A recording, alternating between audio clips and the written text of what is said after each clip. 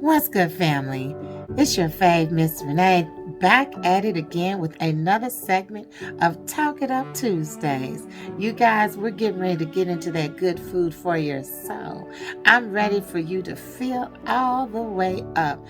Today's conversation, y'all, is all about, well, let me back that up.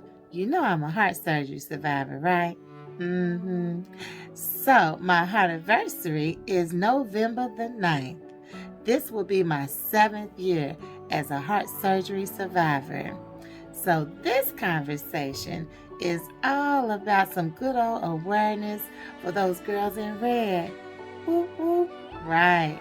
We're going to talk about some things that your doctor didn't warn you about that you absolutely need to know. That's coming right up in just a second.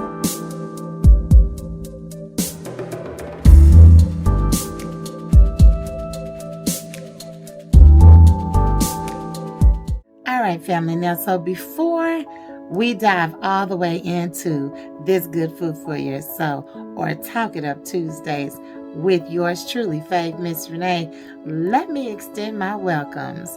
If you are listening by way of Envision Radio, my new family, welcome, welcome, welcome.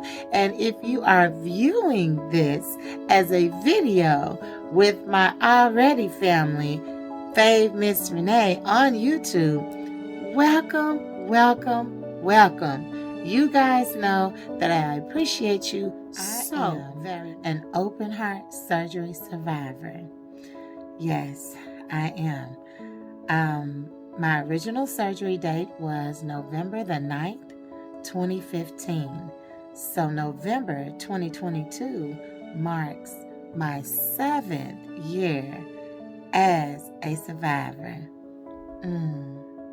Thank you, God. And we all know that the number 7 means completion. So I just thank God for giving me this journey and helping me along my way. And then allowing me to sit here right now, 7 years later, to tell my story and give God His glory. Now, before I start shouting, let's go on ahead and get into the thick of it, okay? So my motivation for this conversation is to merely bring awareness to women's number one killer, and that is heart disease. Yes. This, I hope, will help someone possibly advocate for herself or maybe give clarity on things that she's going through right now, or just to bring overall awareness to our community that 1, we need to take better care of ourselves, 2, listen to our bodies, and 3, we all need to go and check in with our doctors, at least get a yearly exam. If you are a viewer on the Fav Ms. Renee channel, about a month or so ago, one of my best friends, we did a heart-to-heart, sister-to-sister video. I strongly urge you to go by and check out that video because, again, she and I have both gone through the exact same surgeries. The only things different is I had a repair on my mitral valve and she had a replacement on her mitral valve. So definitely go and check that out as we're sitting sister to sister discussing openly her journey with heart disease and how it has impacted her life and how she is now moving onward and upward and living her best life. There is life after heart disease, and there is life after heart surgery. And also, I need to make sure that I let my listeners or my viewers know that I do have a playlist, and it's all about the issues with heart on my YouTube channel. So definitely go by and check that out over on Fav Ms. Renee, okay? I wanted to not so much talk about heart disease, but I want to tell you some of the things that are not told to you while you are going through your doctor visits, or whether you are getting prepared for surgery, and even after surgery. There's a lot to it. I think one of the things that needs to be noted, women dealing with heart disease is very different than men dealing with heart disease. We don't have the same signs or symptoms. Understand also that I was 48 when I was going through congestive heart failure. And at that time, I could not get a diagnosis. It was really, really rough for me. That was a very painful time for me. I was a very, very ill woman, okay? But after I had surgery, after everything was done, it's the little things that no one prepares you for. For instance, I was sent home with a list of prescriptions. When I tell you a list, I'm telling you a list of prescriptions. I had to, this is a woman that's never taken pharmaceutical meds ever. Had never had any blood pressure issues. I never had any reason to be on any medication. So that was a culture shock, to have to all of a sudden go from never taking prescription meds to having to take medicine around the clock. Morning, noon, and evening medications. That in itself was really scary, honestly. I remember coming home from the hospital and I was so worried about putting the wrong medications when and the how many and all of that. So one of my cousins, thank you Ticey, love you much girl, she went and bought me a pill organizer, which is very, very important. No one told me that at the hospital, but you need a pill organizer because you're probably gonna go home with things you've never heard of before, and it's overwhelming to have all of these pill bottles, and then you have to know what time to take them, or do you need to have something to eat before it, or is it okay to drink it just with water, or do you need to have juice or milk? So many things that you need to be aware of. So definitely, after you leave the hospital, after either having major open heart surgery or any type of procedure, make sure that you get a pill organizer if you're going to have to take more than one prescription. Promise, you're going to need it, and you're going to be thanking me later for that little tip. So I was cut directly vertically down my chest. Okay, so my incision starts at the upper center of my chest and it goes all the way down between my breast bones. So that surgery incision means that everything was interrupted. Nerves, right? Muscle, bone, everything was interrupted. So no one told me that my upper body, now of course I knew that I couldn't do a lot of raising my hands over my head, twisting and turning, but the simple things like your shoulders would be hard. I had no idea until someone asked me a question and my response was, I don't know. Oh my goodness. When I shrugged my shoulders, simply to say, I don't know, that sent a pain that went searing through my body. Tears formed in my eyes. You guys, I couldn't even say a word. Unfortunately, I made that mistake twice. So be mindful of any place that you would have an incision, of how limited your mobility probably will be, and if it's not, it should be, so that you don't cause yourself an injury or just pain, unnecessary pain. No one wants to hurt themselves on purpose. okay? Another thing, I was sent home on a fluid restriction. Anything that formed into fluid. So if it was ice cream, couldn't eat a lot of that. If it was Jell-O, couldn't do a lot of that. I had to watch out soups, anything with water, anything with any type of liquid. It was liquid formed, liquid based. I could only have so many ounces a day of that for quite a while, honestly. Another thing that was helpful to know, would have been helpful to know, is when you are, like, again, moving clothes in the closet. I wished I had gotten prepared for that.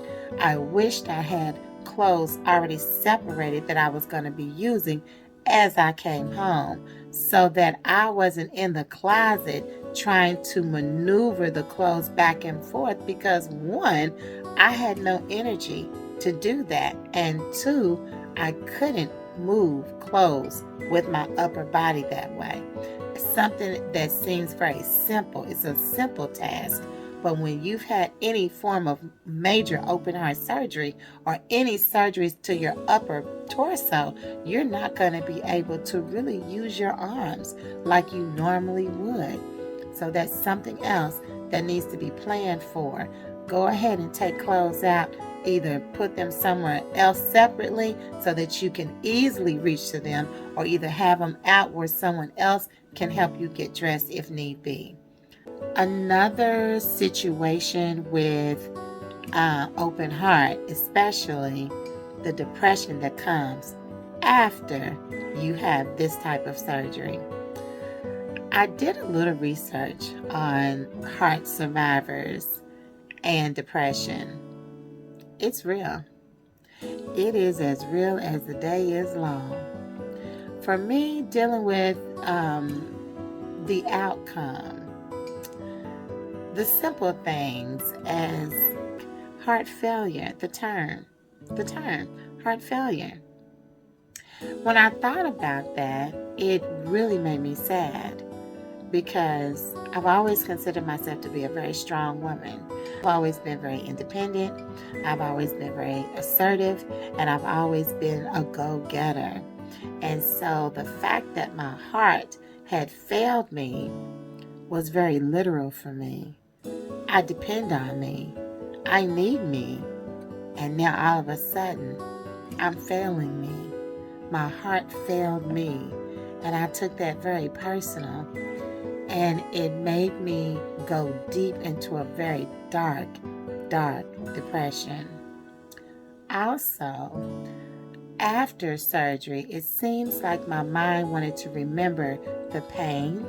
My mind wanted to remember the uncomfortable struggle of trying to breathe and walk and talk, instead of me rejoicing in the now phase that I'm alive. It took me quite a while to move from that space, and probably wouldn't have hurt me to see a therapist, but I didn't know. As a matter of fact, I wasn't mentally thinking in that way at all. But now Fav is telling you to help you. It wouldn't be a bad thing to have a therapist to talk to, just to process your emotions, your thoughts, and your feelings during a very, very difficult time. Nothing wrong at all. Also, one of my best friends, Shauna, the lady that I did the sister-to-sister, heart-to-heart video with, she and I have had so many similar discussions, conversations, meetings of the minds, heart-to-heart, for real. So we thought about, there was a time that Shauna was really stressing out over things that was going on with her after surgery. For instance, they give you a specific time. For me, my time was 2 weeks complete bed rest. 2 weeks. And 2 weeks meaning go to the bathroom, come back and lay down. Also, I was told to keep my feet elevated over my chest. So my place to sleep was a recliner. And I kept pillows under my feet so that my feet always stayed elevated more than my chest. Sometimes when we start feeling better, we start moving around and doing more. But doctors know best when it comes to those surgeries. So, once your body has been compromised, you have to relearn yourself. Everything that you used to know is gone away. You have to get to know your new body. You have to get adjusted to this new self. And so that 2-week time to just sit and heal is necessary. So my girlfriend, unfortunately, felt better faster. And she started moving and doing things faster than what I did. Okay? So her clavicle bone looked crooked, for lack of a better word. It just didn't look like it was aligned correctly. And she also started having back spasms. All of that was due to moving and driving and being on the go quicker than what she probably should have. Now, thankfully, all is well. Her clavicle has realigned and it is straightened and it looks fine now. But understand, please, guys, it is critical that you do follow doctor's instructions. Okay? If you are given a 2-week bed rest, go ahead and do it, because your body has suffered through a great deal of trauma. Although they have saved your life, they have also put you in a very traumatic situation. Your body is now fighting to find its normal self again. And you have to give it time to heal, adjust, realign, and then begin again. Now, after heart surgery, you do go through what they call cardiac rehab. And cardiac rehab is a time for you to start working your cardiovascular system again. So you gradually build up some endurance and you get your heart pumping back again and you just start to feel better. Movement is everything. So more than likely, if you do have to go through some sort of procedure, just know that cardiac rehab, but that comes after your 2 weeks of bed rest. Nothing is done up front. The main thing is to rest, take your meds, and get well and feel better. And that will happen. You can't rush it, but it will happen.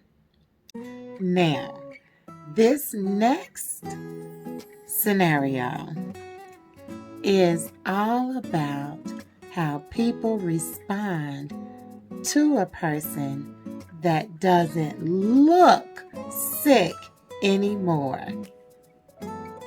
So after you are stitched up nice and tight and you got your little bag of medicine and everybody done sent you on your way, well, people don't see that you're still having some difficulties.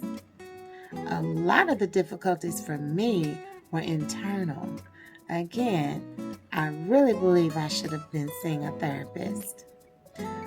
2, because I wasn't prepared for putting things where I needed them before I had surgery, meant I had a lot of discomfort doing things for myself, and I'm a very proud woman, unfortunately, so I wanted to do them on my own. I didn't want to lose my independence. And trust me when I tell you, people will quickly forget that you were in intensive care a few weeks ago because they don't see you hurting anymore. Or at least they don't see blood, which is one of the things that we immediately respond to.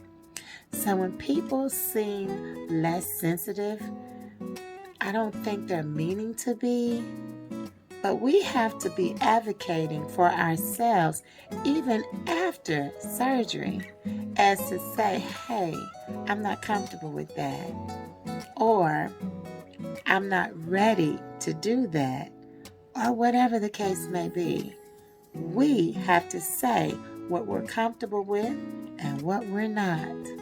We have to continue to advocate for ourselves with our doctors and with our family and friends. Again, now that you're all stitched up good and tight, people forget to see the injury.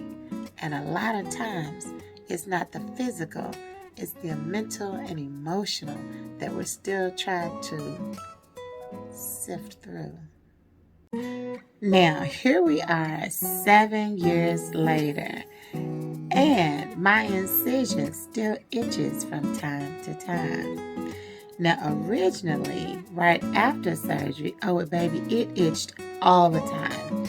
And I mean, I was constantly grabbing my shirt or using some tissue or paper towel to just kind of gently massage that area because it itched so often. Well, now, not too much so, but it does still itch, and a lot of that is coming from scar tissue. So the best thing to do is gently massage that area. Try to break that scar tissue up. I do use an ointment called Scar that does help to lighten the incision. So it's really close to my natural skin tone now, and it does still attract attention, but not as bad as it used to. And I'm going to be honest with you. I'm okay with my scar. Not at first I wasn't. Oh, but I am now. That scar says to the world, I'm a survivor of something that tried to once kill me. But God said no. And here I am, moving on. Thanks be to God. All right, family. So as we grow and go together, just know that it's a season. Thank God it's the season, and trouble don't last always. So be mindful of that season. I will leave you with this. Ask your questions. Sometimes, to be honest, doctors don't know everything, but ask them anyway. Don't forget to advocate for yourself. You know your body more than anybody. You've lived in your body this entire time by yourself. So when something doesn't feel good or feel right, make sure that you speak up and ask. Make sure that you make regular doctor appointments and keep them. Then make sure that you write down any questions that you may have. It's okay to have questions. Be careful with Google. I'm just saying, because Google had me thinking my gallbladder was bad, when in fact, I was in congestive heart failure. So, I know we like to doctor on ourselves, but for some things, a physician is necessary. And that's why God blessed them with the gifts that they have to help bless us. So, get yourself to the doctor and stop trying to diagnose yourself. And as for now, as I always say, keep your heads up and your eyes open. Make sure you stop by Fav Ms. Renée YouTube channel. And if you're here listening on Envision Radio, many blessings to you. And I'll see you on the next Talk It Up Tuesday with Fav Ms. Renée. Bye for now.